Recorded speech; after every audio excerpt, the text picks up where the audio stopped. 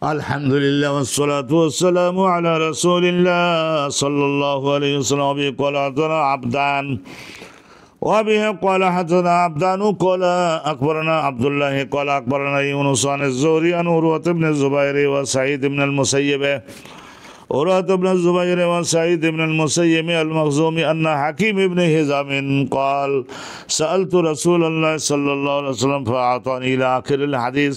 সম্মানিত দর্শক মণ্ডলী, আমরা আগে হেডিংটা শুনেছি কি হেডিংটা শুনলাম যে আল্লাহ পাক রব্বুল আলামিন এই প্রত্যেকটা মানুষের মধ্যে এমন এমন যোগ্যতা দিয়েছেন, সেই যোগ্যতা এবং ব্রেনটার কলবটা হাত ওখানি হাত দুইখানি পা আর এই যে মুখ এবং ভাষা আর ব্রেনটা এমন দিয়েছেন যে যদি একটু ঠিকমতো হেকমতের কৌশলে এগুলিকে ধার দেয় এবং যদি প্রয়োগ করে তাহলে জগৎ জীবনে আল্লাহ পাক রব্বুল আলামিনের মেহেরবানিতে তার কোনো ভিক্ষা করা লাগবে না, সওয়াল করা লাগবে না, তার আল্লাহ রব্বুল আলামিন আর্থিক অবস্থা উন্নতি দান করবেন।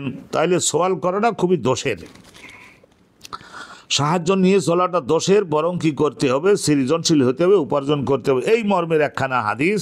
তা যদি মনে করেন আর্থিক ক্ষমতা না থাকে তাহলে জাকাতের বাবের মধ্যে তা আপনি জাকাতটা দিবেন কোত্থেকে? আপনার যদি মাল না থাকে, জাকাত দিতে গেলে তো আগে আপনাকে সম্পদশালী হতে হবে। সারা এক বছর সংসার চালানোর পরেও তারপরে যেন আপনার কাছে 200 দেরহাম 200 না 52 ভরি রূপার মার্কেট মূল্যের মতো এক্সট্রা টাকা থাকে, তাইলে তো আপনাকে ইসলামের আইনে একজন রিচ মুসলিম পারসন হিসেবে কাউন্ট করে আপনার ওরে জাকাত ফরজ করে। কিটা মর্যাদার জিনিস, জাকাত দানকারীদের দলে আপনি অন্তর্ভুক্ত হয়ে গেলেন। তো হাদিস খানা শুনুন, পরিষ্কার হয়ে আমরা বুঝতে পারবো। আবি ক্বালা হাদানা আবদান, ইমাম বুখারীর উস্তাদ মুহাদ্দিস আবদান, তার উস্তাদ হলেন হযরত আব্দুল্লাহ, তার উস্তাদ হলেন হযরত ইউনুস, তার উস্তাদ হযরত ইমাম যুহরি খায়রুত তাবিঈন হযরত যুহরি, তার উস্তাদ হলেন উরওয়া ইবনে যুবাইর ইবনে আল-আওয়াম, এই হযরত উরওয়া ইনিও এই ধরনের বিখ্যাত তাবিঈ ছিলেন। ওনার বাপের নাম যুবাইর ইবনে আল-আওয়াম, নবী পাকের ভাইরা ভাই। ওয়া সাঈদ ইবনে আল-মুসাইয়্যিব, তাইলে হাদিস খানা বর্ণনা করতেন হতো উরওয়া, আর রিওয়ায়াত করতেন আরেকজন তাবিঈ সাঈদ ইবনে আল-মুসাইয়্যিব জাদরেল তাবিঈ ছিলেন। বাপরে বাপ, দুই একটা মাসালা ইমামে আজম আবু হানিফা রহমতুল্লাহ আলাইহির সঙ্গে মতের ভিন্নতা করতেন। তা বাবা করো, মতের ভিন্নতা তো থাকতেই হবে। তাই বোঝা যায় যে সমস্ত সাইডে গবেষণা এবং স্টাডিওয়ালা লোকজন প্রচুর আছে। এই দুইজন তাবিঈ বর্ণনা করতেন একটা ঘটনা, আন্না হাকিম ইবনে হিজাম সম্পর্কে আপনাদের সকলের কাছে আমি বলেছি, আল্লাহর নবীর প্রথম স্ত্রী হযরত আম্মা জান খাদিজাতুল কুবরা রাদিয়াল্লাহু তাআলা আনহা, ওনার ভাইয়ের নাম, আপন ভাইয়ের নাম হেজাম ইবনে খোয়াইলেদের এক ছেলে ছিল, তার নাম ছিল হাকিম, হযরত খাদিজাতুল কুবরার ভাতিজা। তো এই হাকিম আল্লাহ নবী অনেক আদর যত্ন করতেন, স্ত্রীর ভাতিজা, খুবই আদর স্নেহ করতেন। তো হযরতে হাকিম উনি মদিনাতে হিজরত করে চলে আসলেন। ক্বালা সাআলতু রাসূলুল্লাহ, আল্লাহ নবীর কাছে যখন মাল আসা শুরু হয়ে গেল, নবী করিম সাল্লাল্লাহু আলাইহি ওয়াসাল্লাম জগৎবাসীর জন্য, হাদিসে আছে না, আজওয়াদু ইন্না রাসূলুল্লাহ আজওয়াদু মিনার রিয়াহিল মুরসালা, জগতের সাগরের সহস্র কোটি টন পানি বহন করে এনে শুকনো কৃষিযোগ্য ভূমিতে ফেলে দিয়ে কোটি রকমের ফসল উৎপাদন করে দেয় না, এই যে সাগরের পানি আর মেঘ, তাদের চাইতে রাসূলুল্লাহ বেশি দানশীল জগতের সৃষ্টি জগতের প্রতি। এই কথা অসাধারণ কথা না, ভালো করে বুঝে নেবেন। ক্বালা রাসূলুল্লাহ ক্বালা সাআলতু হাকিম ইবনে হিজাম বলছেন যে আমি একবার নবী পাকের কাছে মাল আসলো, আমি চাইতে গেলাম, ফাআতানি রাসূলুল্লাহ, খুশি আমাকে কয়েক বস্তা দিয়ে দিলেন। সুম্মা সাআলতু, পরবর্তীতে আবার মাল আসলো, রাসূলুল্লাহর কাছে মাল আসলে নবী পাক গোদামের মধ্যে মাল জমা করে রেখে তারপরে প্রয়োজন যাদের আছে তাদের না দিয়ে বাড়ি যেয়ে ঘুমাতেন। সেই ধরনের নবী আমাদের না, তিনি রাহমাতুল লিল আলামিন। দ্বিতীয়বার আবার মাল আসছে শুনে আবার চাইতে গেলাম, ফাআতানি, নবী পাক খুব মুস্কি হেসে আবার দিলেন। সুম্মা সাআলতুহু ফাআতানি, তারপরে তৃতীয়বার আবার মাল আসলো, আবার চাইতে গেলাম, তারপরে আবার রাসূলুল্লাহ যথেষ্ট পরিমাণে মাল দিয়ে দিলেন। আর নবী পাক ওইগুলা মাল রেখে কি করে মানুষের জন্য, তো দিয়ে দিতেন। সুম্মা কল, তারপরে আর একদিন এইরকমভাবে মাল নিতে যখন গেছি তখন রসুল্লাহ দেখলেন যে এটা খাদিজা যদিও নাই, কিন্তু আমার তো কলিজার আদর ধন্য। এরপরে নবী পাক হাকিম ইবনে হেজামকে পাশে বসাইয়ে বললেন, ইন্না হাযাল মালা খাদিরাতুন হুলওয়া, এই যে মালগুলি, জগতের এই মালগুলি, এগুলি কীরকম জানো? এগুলি হলো এইটা ফাকিহায়ে খাদরা, এই গাছের সবুজ ফলের মতো হৃদয় আকর্ষণকারী। খাদেরা মানে সবুজ রঙের, এবং এগুলি খুব আকর্ষণীয় রঙের হয়, এগুলি পাওয়ার জন্য হৃদয়ে খুবই আগ্রহী হয়। হলুয়াতুন, এবং এগুলি খুব বেশি পরিমাণে নেওয়া মিষ্টি মিষ্টি লাগে। নবী পাক সাল্লাল্লাহু আলাইহি ওয়াসাল্লামের ভাষা, ফামান আকাযাহু বিসাখাওয়াতি নাফসিন, আর কোনো একজন ব্যক্তিকে মাল দেওয়া হলো, তিনি যদি সেইটা গ্রহণ করেন, আর বেসাখাওয়াতে নাফসিন মানে ওইটা পাওয়ার জন্য তীব্র লোভ নাই। লোভ এশরাফ বলা হয়, এশরাফুন ফিল কালব, কলবের মধ্যে তীব্র লোভ হচ্ছে, এই যদি আমার দিত তাইলে নিতাম, এরকমভাবে আর কি আরো দেন এরকমও করে না। দিলের মধ্যে লোভও নাই, দানশীলতার একটা মন মানসিকতা রয়েছে, কিন্তু দিলেন হিসাবে নিলাম। আরে না, এটা সবাই কি দিচ্ছি, এটা জাকাত মনে করবেন না, এইটা এই হাদিয়া। আমার এখানে যত আলেম আসছেন সবাইকে 10,000 করে দিচ্ছি। আমি কবরে কি আর এইসব টাকা নিয়ে যেতে পারবো? সব বড় বড় আলেম ওলামাগণকে দাওয়াত দিয়েছি, প্রত্যেককে 1 লাখ করে দিচ্ছি, আপনাকেও 1 লাখ গ্রহণ করুন, এটা তো কোনো দোষ নেই। পিড়াপিড়ি করলো, নিলেন, যেহেতু বলেছে জাকাত না এটা। 50 জন আলেমকে দাওয়াত দিয়ে নিজের ব্যক্তিগত টাকা থেকে 1 লাখ করে 50,000 করে দিয়ে দিলেন। ঈদে খরচা করবেন, আর দোয়াটা চাই, খবরদার দোয়াটা দিতে ভুলে যাবেন না, এরকম বলে দিল। তাইলে মনের মধ্যে দানশীলতার এবং তীব্রভাবে পিড়াপিড়িও করে নাই দেওয়ার জন্য, আর মনের মধ্যে ওই ধরনের লালসা, লোভ, এটাও নাই। তাইলে এই ধরনের মন নিয়ে যদি কেউ গ্রহণ করে, বুরিকা লাহু ফিহি, তাহলে ওই মালের মধ্যে আল্লাহ রাব্বুল আলামিন তাকে বরকত দিয়ে দেন। রাসূলুল্লাহ ওই হাকিম বিন হিজামকে খাদিজার ভাতিজা, হযরত আম্মাজান খাদিজাতুল কুবরার ভাতিজা, সেই জন্য খুব সুন্দর করে বুঝাই দিলেন। ও আমানা আখাযাহু বিইসরাফি নাফসিন, আর কেউ যদি এই মাল, আরেকজনের মাল যদি নিজের কবজায় নেওয়ার জন্য উদ্গ্রীব হয়ে পড়ে, মনের মধ্যে তীব্র তাড়না এবং প্রেসার, দেন, অনেক লোভ এবং লালসা, লাম ইউবা আরিকিল্লাহু লাহু ফি, ওই মালের মধ্যে আল্লাহ রাব্বুল আলামিন তার বরকত দিবেন না। দেখা যাবে যে আবার অনেকটা হয়তো এমনভাবে চলে গেল যে অনেকটা পুড়েও গেছে। অনেকভাবে তেল কিনে নিয়ে যাচ্ছিল, তো সিধু রাস্তায় পড়ে গেল, তাহলে এখানে 1,000 টাকার তেল পড়ে গেল রাস্তায়, আর ওখান থেকে সেই তেল কি আর বাড়িতে আনা, কোথায় পাত্র জোগাড় করবে, প্রবাহিত হয়ে গেছে, বরকত হবে না। পরবর্তীতে দেখা গেল যে এমন একটা অ্যাক্সিডেন্ট হয়েছে, সেই অ্যাক্সিডেন্টে ওর সেই তার 2 গুণ টাকা চলে গেল। ওয়াকানা কাল্লাযী ইয়াকুলু ওয়া লা ইয়াশবাউ, তাহলে এই ব্যক্তি যে আরেকজনের মাল নেওয়ার জন্য তীব্রভাবে বাসনা করে, আগ্রহী হয়, সেই ব্যক্তির এক্সাম্পল হলো ইয়াকুলু ওয়া লা ইয়াশরাবু, তাহলে ওই ব্যক্তির মতো যে খায় কিন্তু পরিতৃপ্ত হয় না, মনে হয় আরও খাবো। রাসূলুল্লাহ তাকে বললেন, আল ইয়াদুল উলিয়া, উপরের হাত, যে হাত আল মুনফিকা মানে খরচ নিজে করতে পারে, খায়রুন মিনাল ইয়াদিস সুফলা, তাহলে নিচের হাত, যে হাত গ্রহণ করে, নিচের হাত সেই হাতের তুলনায় উপরের হাত যে ব্যয় করতে পারে, খরচা করতে পারে, সেই উপরের হাতটাই ভালো।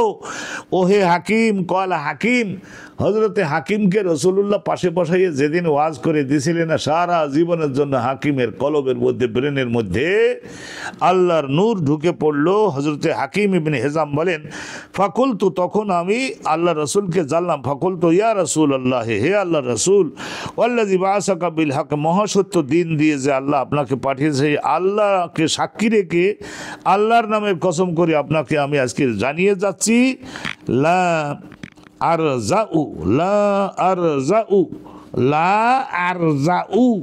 আরজাউ মানে আমি নষ্ট করব না, অন্য আর কোনো ব্যক্তির মাল আমি আর চাইয়ে নিয়ে তাদের মাল কমাইয়ে দিব না, নষ্ট করব না, ক্ষতিগ্রস্ত করব না, আমি করব না।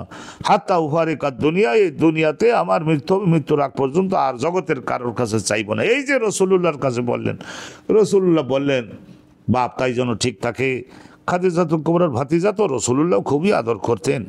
আহা, মক্কা শহরে তাদের যে বিরাট জমিদারের বাড়ি, এই যে প্রায় 3 বিঘা 5 বিঘার ভিটা বাড়ি, সেই সব কিছু এখন আল্লাহর রাস্তায় চলে গেছে। হাকিম ইবনে হিজাম ফাকানা আবু বকরিন, হযরত আবু বকর সিদ্দিকের শাসন আসলো, শাসন আমল আসলো। ইয়াদু হাকিমান, হযরত আবু বকর জানতেন এই ঘটনা। হযরত আবু বকর স্পেশাল মেসেঞ্জার পাঠিয়ে হাকিম ইবনে হিজামকে দরবারে আসবার জন্য বলতেন, আর বাজেট বরাদ্দ সবাই নিতেছে ওই পরিমাণের মাল।